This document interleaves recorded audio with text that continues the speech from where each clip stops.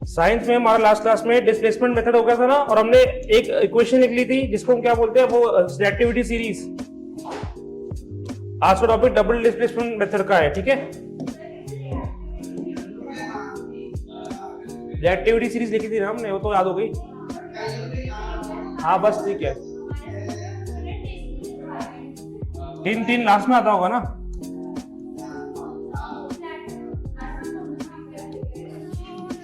ठीक है ठीक है, आज ये चैप्टर की इक्वेशंस तो सारी खत्म हो ही जाएगी। टाइप्स ऑफ केमिकल इक्वेशन खत्म कर देंगे आज हम। चलो शुरू करते हैं अब टाइप्स ऑफ केमिकल इक्वेशन। ये कोरोजन डेंसिटी रह जाएगा, ठीक है। इसको लाइट करेंगे, फिजिक्स से चैप्टर करेंगे लाइट, ओके। नहीं देखो, मैं लाइट में, देखो लाइट को हम 2 पार्ट में करेंगे। लाइट में हम करेंगे पहले रिफ्लेक्शन पार्ट, वो अदर चैप्टर है, फिर रिफ्लेक्शन बाद में करेंगे। तो पहले लाइट करेंगे, रिफ्लेक्शन। हाँ वही मैं करूँ, पहले रिफ्लेक्शन करवाऊंगा फिर लाइट प्रोसेस स्टार्ट करवाऊंगा, ठीक है। देखो बोर्ड पे, अब निकालो डबल डिस्प्लेसमेंट का, निकालो जल्दी से डबल डिस्प्लेसमेंट निकाल लो। डिस्प्लेसमेंट तो पूरी हो गई थी ना, डबल डिस्प्लेसमेंट बाकी है अब। अगेन वही सेम चीज, एक्टिविटी करेंगे, सब कुछ करेंगे, ठीक है ना।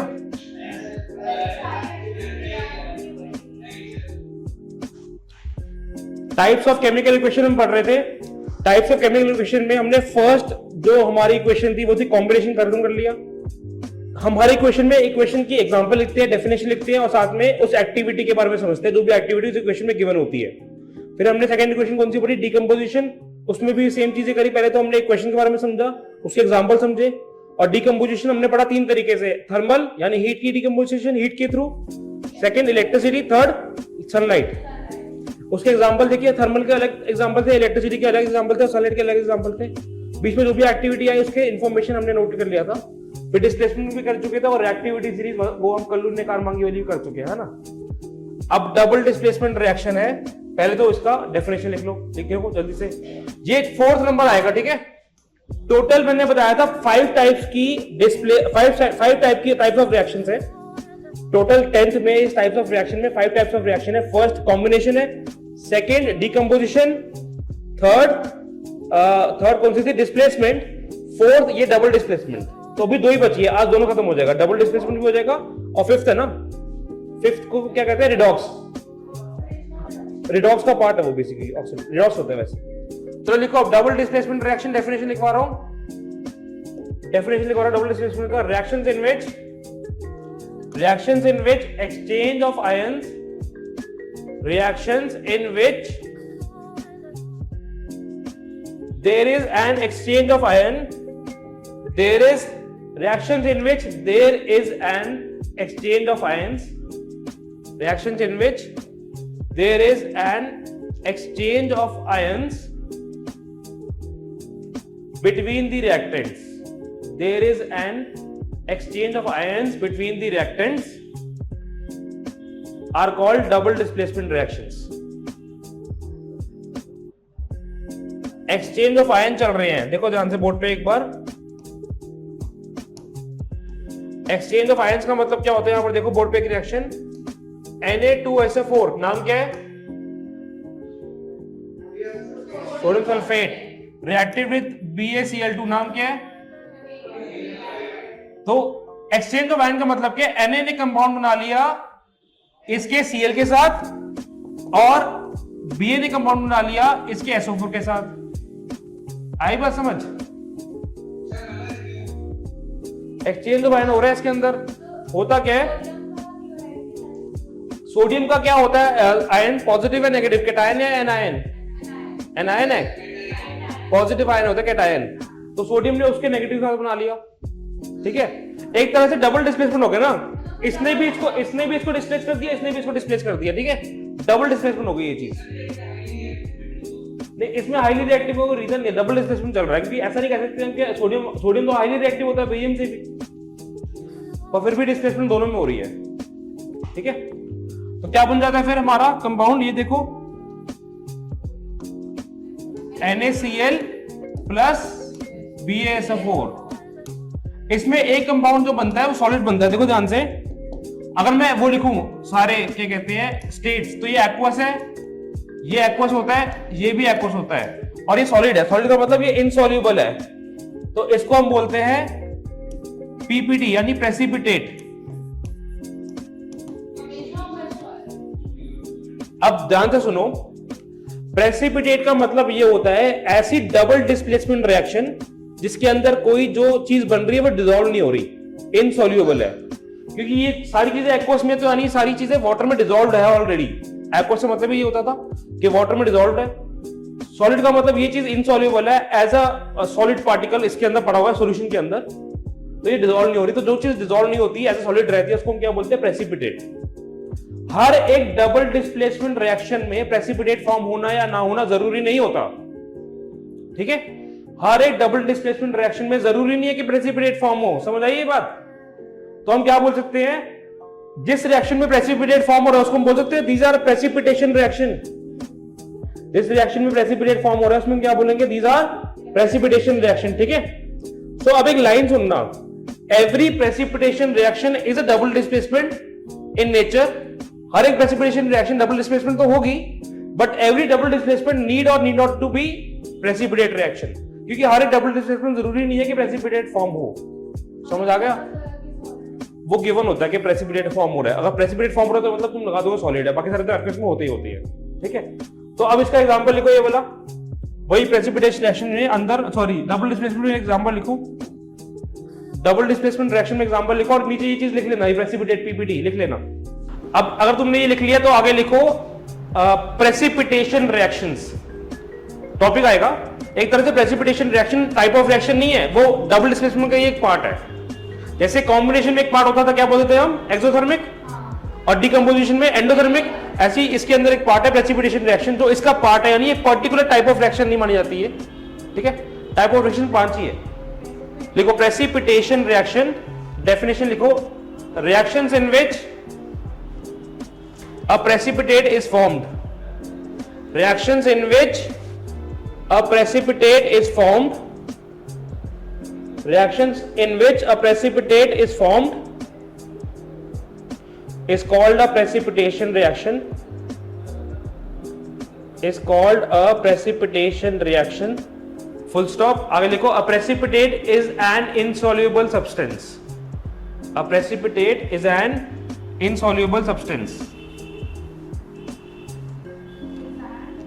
a precipitate is an insoluble substance,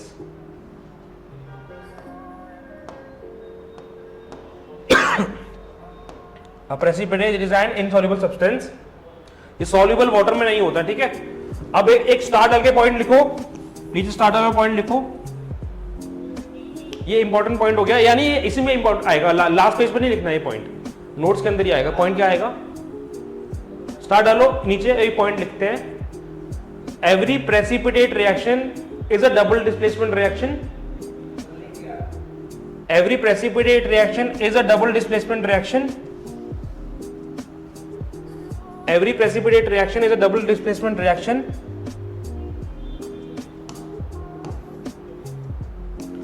every precipitate reaction is a double displacement reaction, but every double displacement need not to be a precipitate in nature, but every double displacement is need not to be a precipitate reaction, but every double displacement reaction is need not to be a precipitate reaction।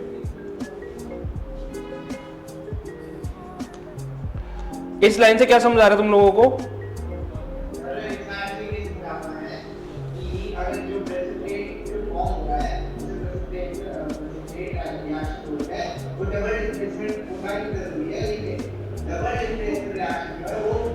समझ आ गया।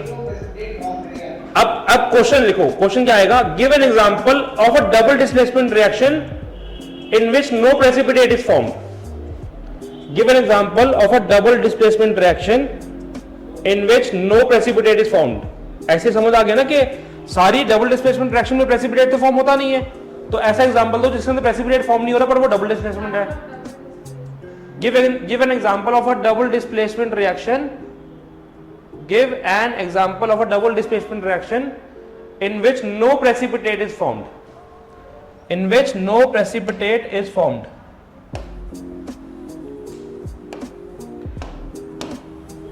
Exercise निकालोगे, exercise last exercise निकालोगे,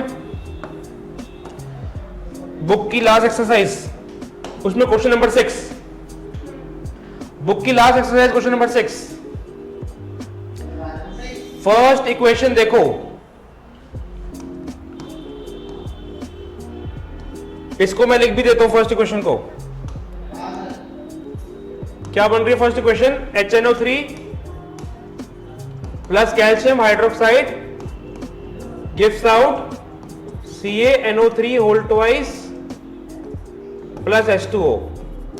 ये double displacement reaction है। कैसे है double displacement? देखो ध्यान से, कैल्शियम ने कंपाउंड बना लिया NO3 के साथ, और यहां वाले H ने और यहां वाले OH ने कंपाउंड बना लिया H2O वाटर। तो यहां पर भी डबल डिस्प्लेसमेंट ही चल रही है, ठीक है। ये जो H है ये पॉजिटिव है, H के दो आयन होते हैं, पता है ये चीज, पॉजिटिव भी नेगेटिव भी। पॉजिटिव को हम बोलते हैं हाइड्रोजन, नेगेटिव को हम बोलते हैं हाइड्राइड। ये वाला H पॉजिटिव है क्योंकि स्टार्टिंग में लगा, स्टार्टिंग वाला हमेशा पॉजिटिव होता है तो पता ही होगा, बाद वाला हमेशा नेगेटिव होता है। तो H2O ये डबल डिस्प्लेसमेंट रिएक्शन है, पर इसमें कोई प्रेसिपिटेट फॉर्म नहीं हो रहा, ठीक है। लिख लो एग्जांपल, लिख लिया। आगे पढ़ते हैं फिर। अब आप जाओ, कोई नहीं। अब आती है फिफ्थ टाइप ऑफ रिएक्शन, जिसको हम बोलेंगे रिडॉक्स रिएक्शन। फिफ्थ का नाम क्या है? Redox reaction. Redox reaction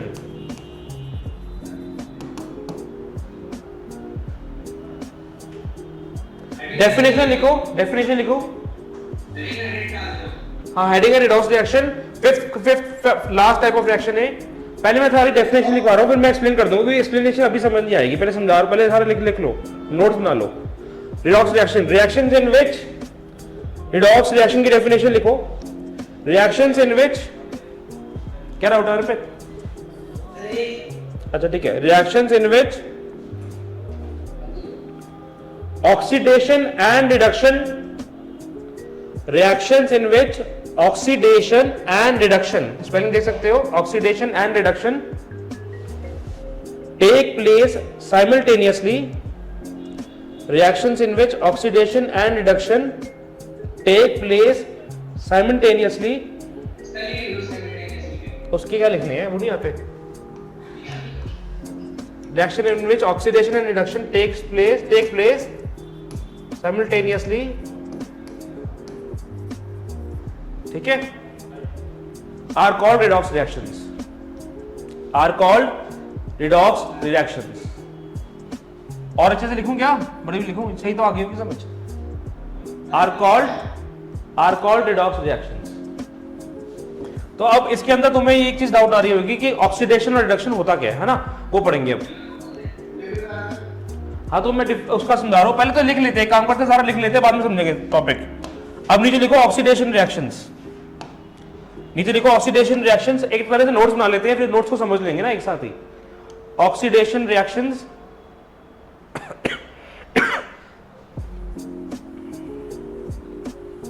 reactions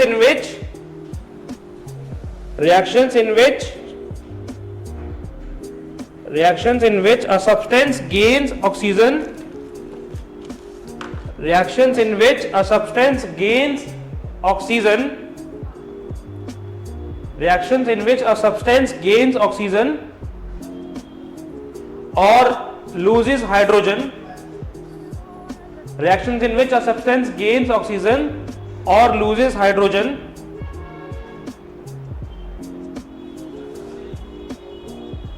are called oxidation reactions, are called oxidation reactions,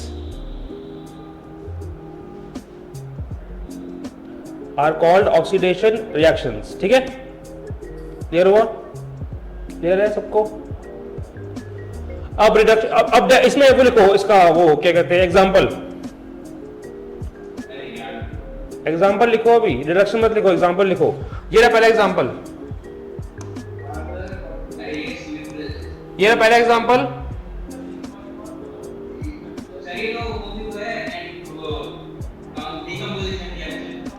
decomposition, ये कॉम्बिनेशन है। अरे ये वाली तो कॉम्बिनेशन है ना, कॉम्बिनेशन में 2 या 2 से ज्यादा रिएक्टेंट कंबाइन करके एक प्रोडक्ट बनाते थे, याद नहीं है? तो क्या हो गया, हो सकती है एक रिएक्शन में सारी रिएक्शन आ सकती है। अब इसमें चल कैसे हो बताऊंगा, अभी पहले इसकी डेफिनेशन लिख लिया। अब समझते हैं देखो, अब पहले ऑक्सीडेशन समझेंगे, अब आगे बाद में पढ़ते हैं। तो ऑक्सीडेशन रिएक्शन की डेफिनेशन में क्या लिखा हुआ है कि ऐसी रिएक्शन जिसके अंदर कोई सब्सटेंस या तो ऑक्सीजन गेन करे या तो हाइड्रोजन लॉस करे। ऐसी रिएक्शन जिसके अंदर सब्सटेंस या तो ऑक्सीजन गेन करे या तो हाइड्रोजन लॉस करे। इसमें कॉपर ने ऑक्सीजन गेन कर लिया और क्या बन गया, कॉपर ऑक्साइड। ये ब्लैक कलर का होता है, कलर चेंज लर्न करना है। पहले ब्लैक कलर की थी कॉपर, पहले ब्लैक कलर का था, बाद में हो गया ब्राउन। अभी काटो इसको दोबारा, मैंने गलत बता दिया, फिर से रुक जाओ। ये ब्लैक कलर का बनता है, सॉरी, ठीक है। पहले तो नॉर्मल कॉपर का जो कलर होता है ब्राउन होता है, हाँ पहले ब्राउन होता है। कलर चेंज भी मॉडर्न होते हैं हर एक रिएक्शन के, जो भी एनसीईआरटी में रिएक्शन था उसके अंदर हम कलर चेंज हमने ऑलमोस्ट सबके करे हैं। कलर चेंज एमसीक्यू में आते हैं, इसके अलावा भी कुछ रिएक्शन के कलर चेंज इंपॉर्टेंट होते हैं, तो वो हम सैंपल पेपर से करेंगे, अभी नहीं करेंगे।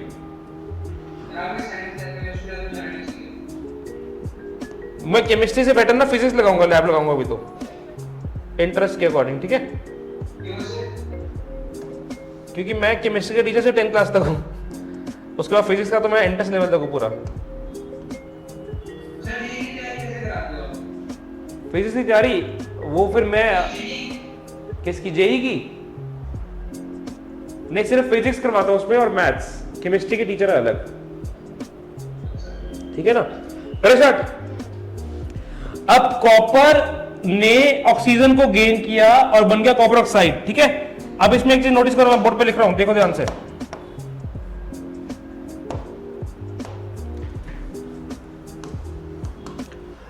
इस रिएक्शन को तुमने लिखा हुआ ना, कॉपर ऑक्साइड, लिख तो लिया रिएक्शन को। यहां पर क्या चल रहा है, हीट में हम ट्रायंगल भी लिख सकते हैं, पता है ये चीज कहां पर, यहां पर ना।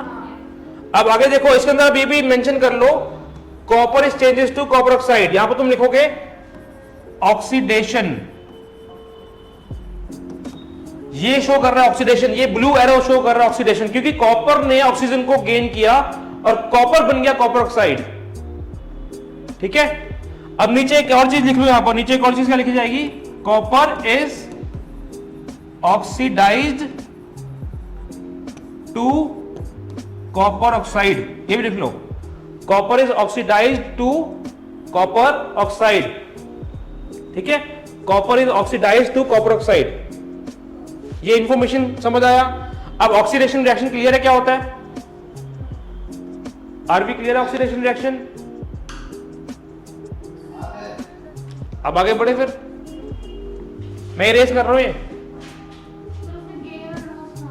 गेन ही तो करा, गेन और लूज, और का मतलब या का मतलब कोई एक चीज करेगा, या तो गेन करेगा ऑक्सीजन या तो लूज करेगा हाइड्रोजन, कोई एक चीज होनी चाहिए। O2 गेन किया। अब आगे देखो, अब लिखो रिडक्शन रिएक्शन, लिखो रिडक्शन रिएक्शन, हाँ रिडक्शन रिएक्शंस। जैसे पहले हमने ऑक्सीडेशन की डेफिनेशन दी, अब रिडक्शन की डेफिनेशन आएगी, ठीक है। रिडक्शन रिएक्शन करे, definition, reactions in which a substance, reactions in which a substance gains hydrogen, reactions in which a substance gains hydrogen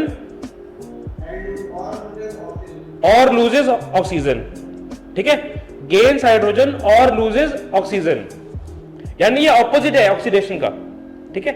gains hydrogen or loses oxygen are called reduction reactions, are called reduction reactions,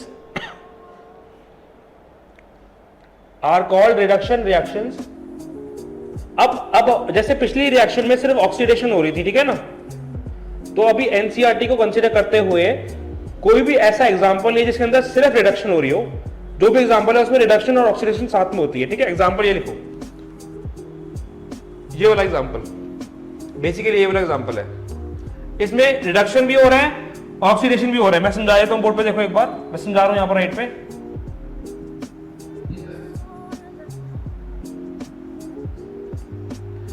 अभी हमने board पे देखो, अभी हमने Cu को react करवाया था किसके साथ, ऑक्सीजन के साथ। तो क्या बना था, CuO, यही बना था ना।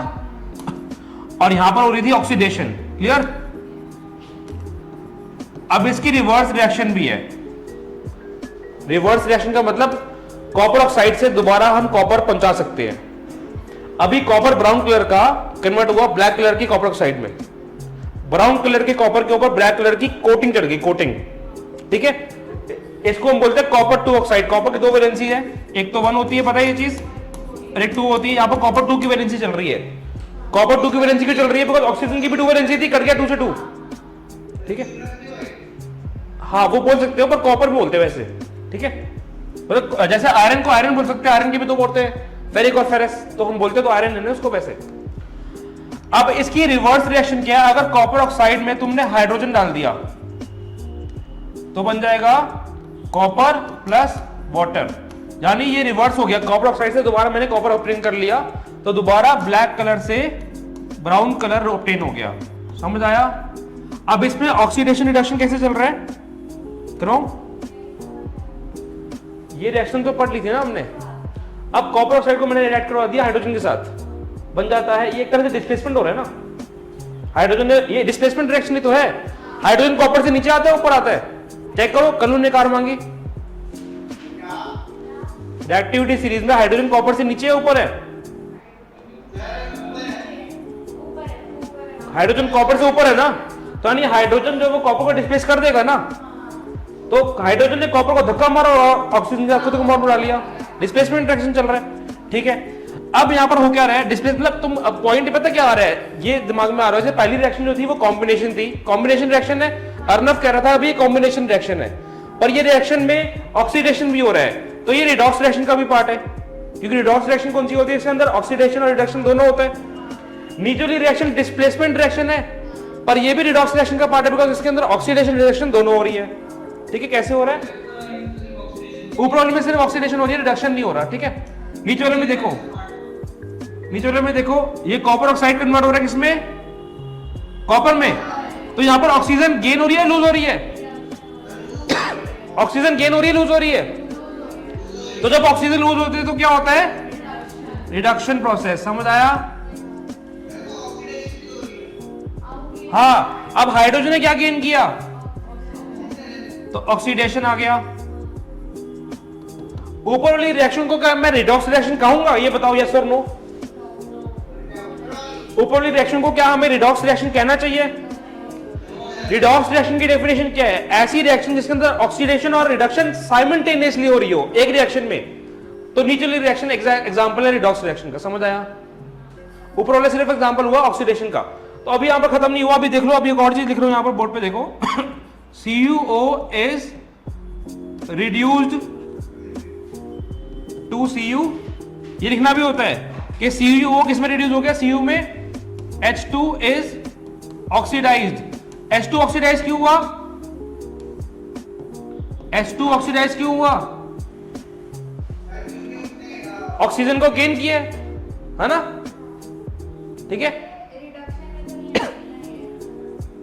ये रिडक्शन का एग्जांपल भी कह सकते हो कि रिडक्शन हो तो रही है ना।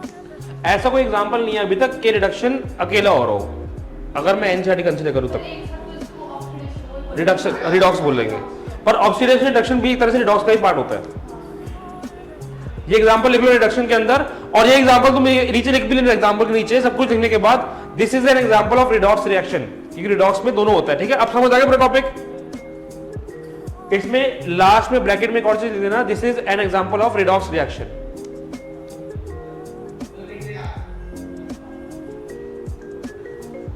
अब एक और चीज क्या होती है इसमें, होता है ऑक्सीडाइजिंग एजेंट और रिड्यूसिंग एजेंट। देखो ध्यान से, एक चीज यहां पर क्या है, ऑक्सीडाइजिंग एजेंट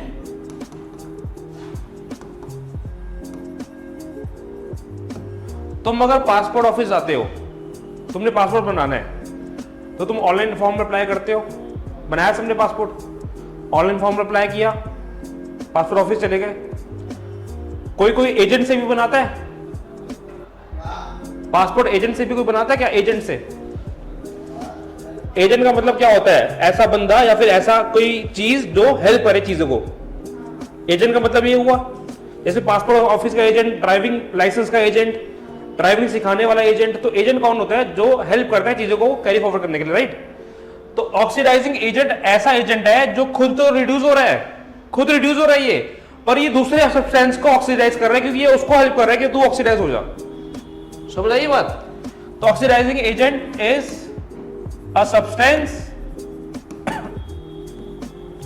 इसको लिख लो, मैं लिखवा रहा हूं डेफिनेशन, तो तुम वही मैं ओरली बोल रहा हूं, तब लिख लो।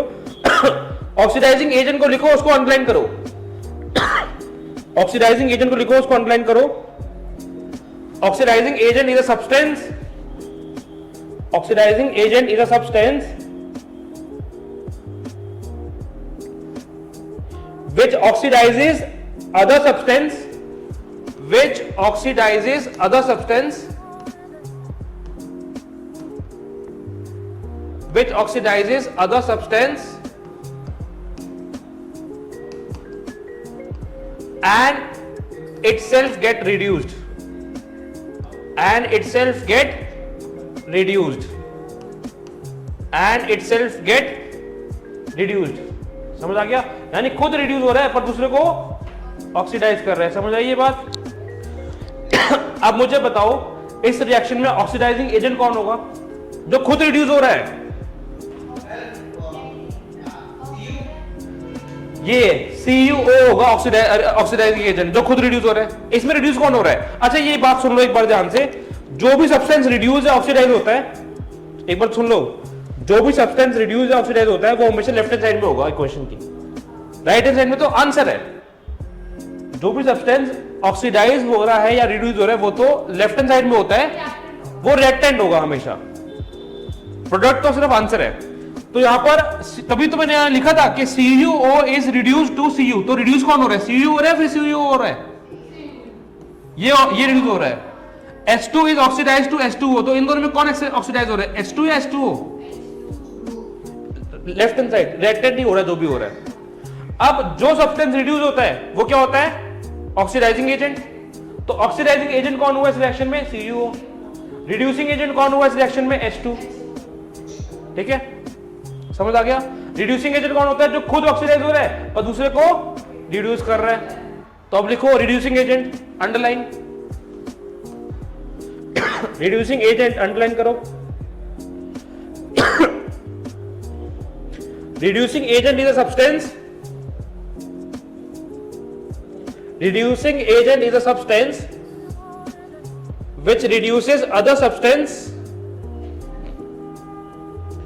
which reduces other substance, which reduces other substance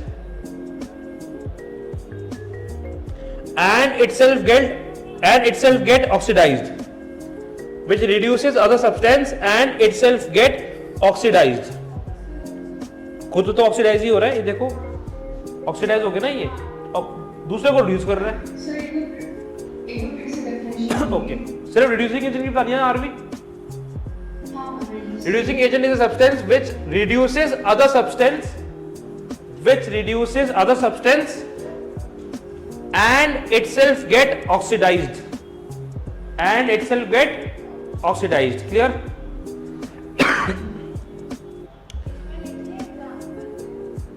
हाँ, अब इस एग्जांपल में लिख लो, ये जो हमारा एग्जांपल था इसमें लिख लो, CuO इज, लिख लो जल्दी, इस एग्जांपल में लिखो CuO is oxidizing agent,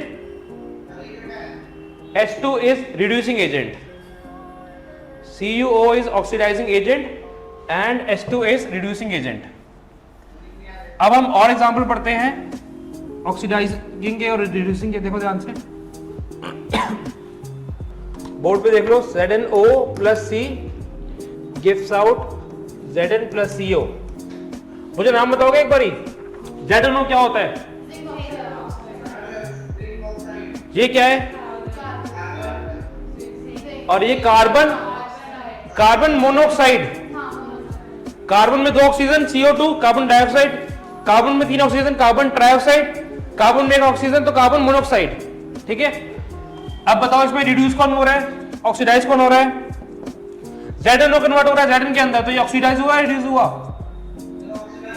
oxidise हुआ, रिडक्शन। अरे लूजिंग ऑफ ऑक्सीजन को रिडक्शन नहीं कहते अर्पित, तुम तो कोई गलत नहीं होते। बोर्ड में देखो, ये क्या हुआ? ऑक्सीडेशन।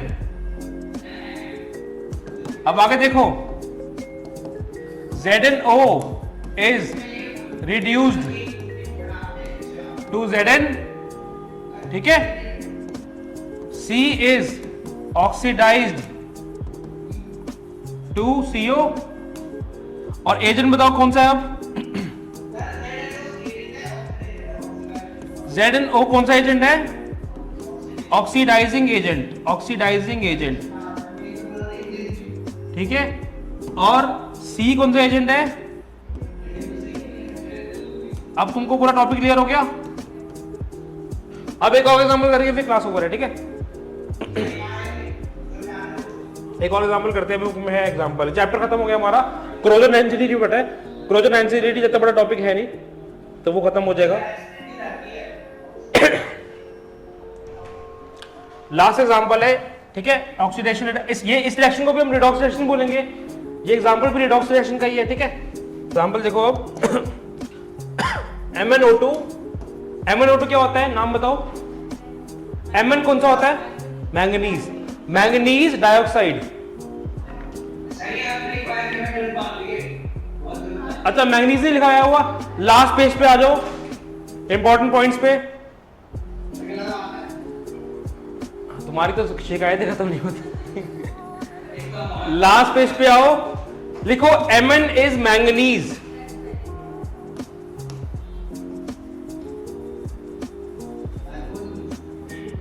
ए है यहां पर, ओ नहीं है, ये मैंगनीज। Mn इज मैंगनीज, ठीक है। ये क्या है, मेटल या नॉन मेटल? मेटल है ये, ठीक है। वैलेंसी कितनी होती है, वैलेंसी कितनी होती है?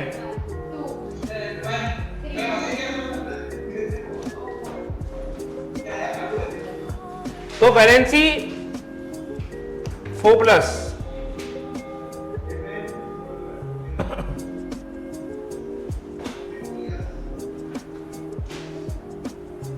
सही है। अब आगे लिखो, मैंगनीज ऑक्साइड या मैंगनीज डाइऑक्साइड कुछ भी बोल सकते हो इसको, ऑक्साइड भी बोल सकते हो। 4HCl gives out manganese chloride plus 2H2O plus Cl2। शुरू करें, बताओ MnO2 क्या हो रहा है? MnO2 कन्वर्ट हो रहा है MnCl2 में, तो ऑक्सीजन हट रही है, ऑक्सीजन हटती है तो क्या होता है? अब HCl को मैं H2O के पास लेके जाऊं या फिर Cl2 के पास, किसके पास लेके जाऊं? देखो देखो ध्यान से, डबल स्पेसिफिक नहीं है ये, ना ही ये कुछ भी नहीं है। यहां पर HCl को मुझे H2O के पास लेके जाना चाहिए या फिर Cl2 के पास, बताओ। नहीं, Cl2 के पास जाएगा, वो Cl2 के पास जाएगा। क्यों बताता हूं ये, देखो एक बार, क्योंकि देखो अब कंफ्यूजन होगी ना। पहले तो एक ही कंपाउंड फॉर्म हो रहा था, तो डायरेक्टली उसमें जाता था, अब तो 2 बन गए। Water mostly, not always, mostly water जो होता है वो बस हेल्प कर रहा है रिडॉक्स के अंदर, उसके अंदर हम ऑक्सीडेशन रिडक्शन नहीं देखते। अगेन मैं मोस्टली बोल रहा हूं, मोस्टली इसलिए बोल रहा हूं बिकॉज जो कॉपर वाली रिएक्शन थी उसमें हमने वाटर को लिया था, याद होगा, उसमें हमने वाटर को लिया था ना, यहां से यहां पर देखो। पर फिर भी मोस्टली बोल रहा हूं, मोस्टली वाटर। देखो रिडॉक्स रिएक्शन छोटा टॉपिक नहीं है। अगर 11th की केमिस्ट्री में जाएं तो रिडॉक्स रिएक्शन इतना बड़ा टॉपिक है कि सिर्फ ऑक्सीजन गेन करना और हाइड्रोजन लॉस करना ऑक्सीडेशन नहीं होता, बहुत और भी चीजें होती है। इलेक्ट्रॉन के टर्म्स में बातें होती है, वाटर के टर्म्स में बातें भी होती है।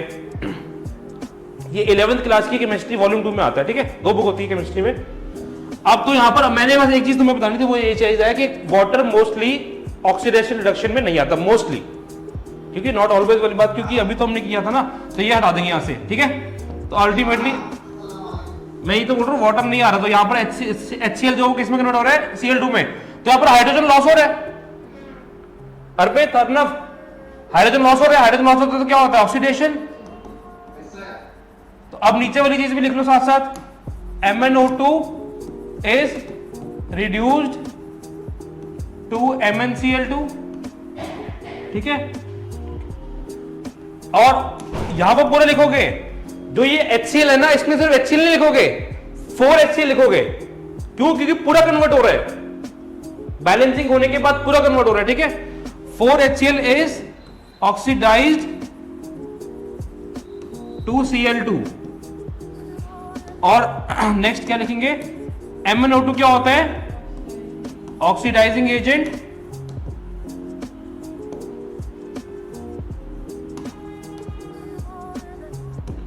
और 4HCl क्या हुआ? Reducing agent. ये सारा लिख लो, क्लास ओवर है, ठीक है। Bye bye.